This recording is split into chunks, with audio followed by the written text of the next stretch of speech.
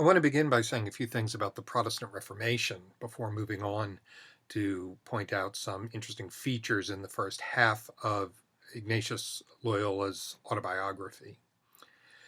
The Protestant Reformation, which probably could be thought of as bringing the Middle Ages to a definitive conclusion, even more so than the so-called Renaissance, is normally thought to have begun in 1517 when an Augustinian friar named Martin Luther produced a document called the 95 Theses. According to legend, he nailed them to the church door in Wittenberg. We don't know if that's true or not, but these 95 Theses, which dealt with rather technical matters regarding the theology of what is called justification, or how it is that sinners become righteous in the eyes of God, touched off a real, I guess what had been a powder keg of various interests, some of them theological, some of them political, but these led to a reorganization of the religious life of Europe that we now call the Reformation. Specifically, it leads to the division of European Christianity into Protestantism following Luther and Catholicism. Now, a couple of points about Luther's thought, a couple of highlights. There are what are sometimes referred to as the two solae, or the two alones, faith alone and scripture alone, sola fide and sola scriptura. The idea of sola fide, or faith alone, is that what justifies sinners in God's eyes, what makes sinners righteous in God's eyes, is simply the gift of God's grace based on nothing but their faith. Sinners do not become righteous in the eyes of God because of any actions that they take, but simply by having faith that they will be declared righteous by God's grace. Now, Luther, of course, thought that good actions would flow from our faith, but those actions are not what made us righteous in God's eyes. Luther held to this position of sola fide, or faith alone, in part because of his other principle of sola scriptura, or scripture alone. Luther thought that his understanding that salvation was by faith alone was clearly taught by St. Paul in the Bible, maybe slightly less clearly taught in the Gospel of John, and that all the rest of the Bible, when read in light of this principle of salvation by faith alone, suddenly made sense. So based on Scripture alone, the Christian understanding of how we become righteous in God's eyes is the one that Luther teaches, that it is by faith alone. And nothing for Luther can be required of a Christian by way of belief or practice except what is found in Scripture. Certain practices, certain traditional practices might be continued as far as Luther was concerned, but nothing could be required. Nothing was of the essence of Christianity except what was in Scripture alone.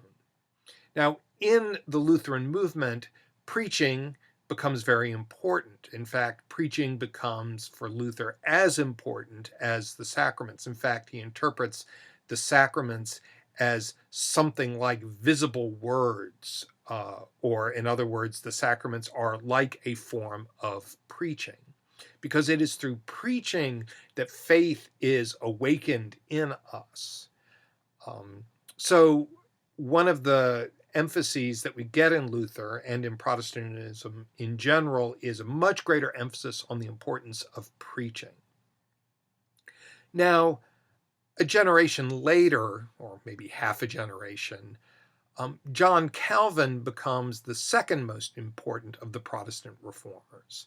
Calvin is a much more systematic thinker than Luther, and that's one of his great achievements, is to present in his Institutes of the Christian Religion a systematic presentation of at least one form of Protestantism.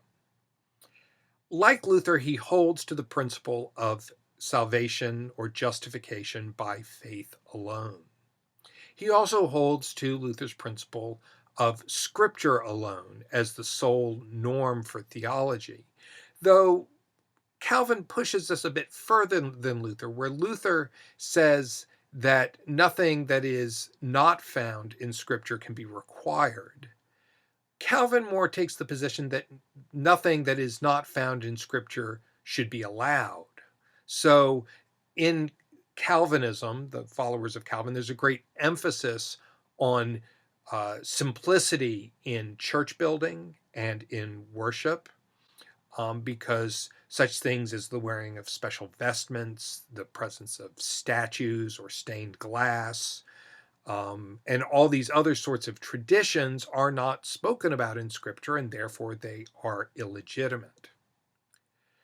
Like Luther, Calvin also sought a balance between preaching and sacraments, though many of his followers tended to emphasize preaching over the sacraments, and therefore Calvinist churches tended to have very prominent pulpits from which preaching took place, whereas the altar and the baptismal font tended to recede in importance architecturally.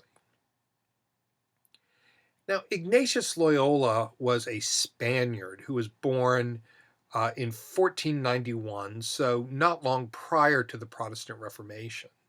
Though it's probably a mistake to interpret Ignatius too much against the background of the Protestant Reformation. Ignatius is a Spaniard, and the Protestant Reformation doesn't really make many inroads into Spain.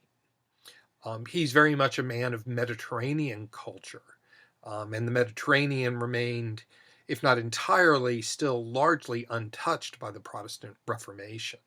Though certainly Ignatius would have been aware of things going on further north in Europe.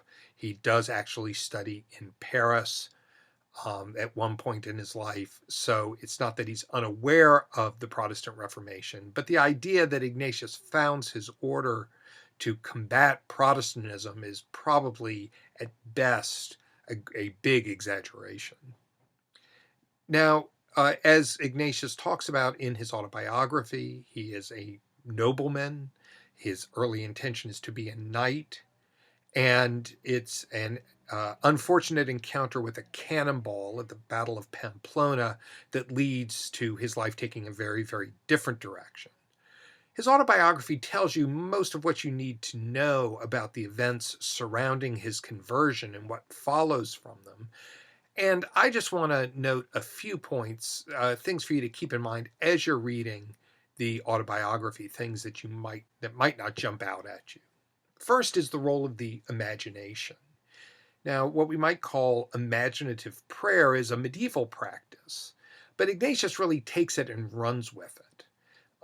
As he describes, he will often imagine himself in the stories of Christ's life in the Scriptures or in the stories from the lives of the saints. So imagination and picturing in your mind the saints, Christ, Mary, these become important practices for Ignatius. You will also notice the presence of various visions that take place seemingly within Ignatius's imagination.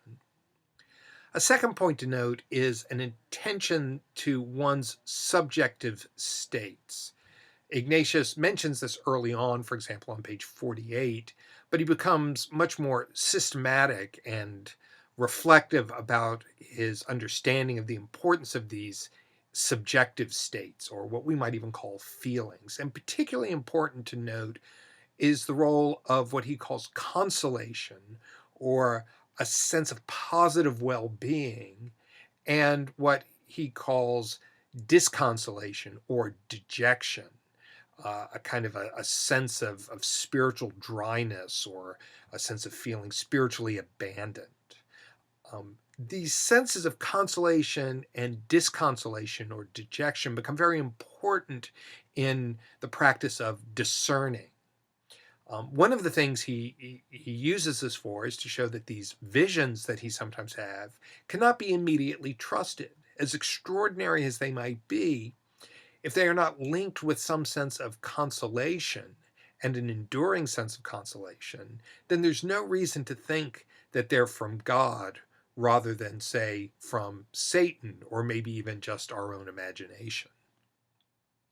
You'll also note the importance that Ignatius places on imitating the saints. The saints become for him models, initially in their external actions, but later in their internal relationship to God. A fourth point to note is the role that scruples play in the early life of Ignatius. Scruples is an inability to believe yourself to have been forgiven by God, particularly once one has already confessed one's sins and had them absolved in the sacrament of confession or penance, or as we call it today, reconciliation. So, one of the things Ignatius struggles with that might be hard for us modern people to relate to is this strong experience of scruples or an inability to believe that he is actually forgiven.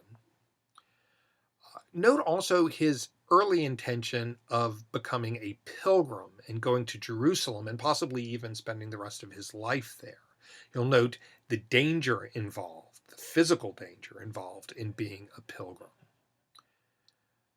We leave off the reading for the next class with him giving up, at least temporarily, this idea of being a pilgrim, and he goes to take up study.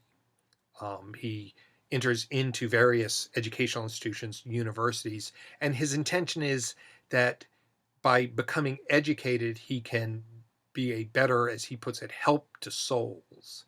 And here we see the very faint beginning of the emphasis on education associated with the Jesuit order that Ignatius will found.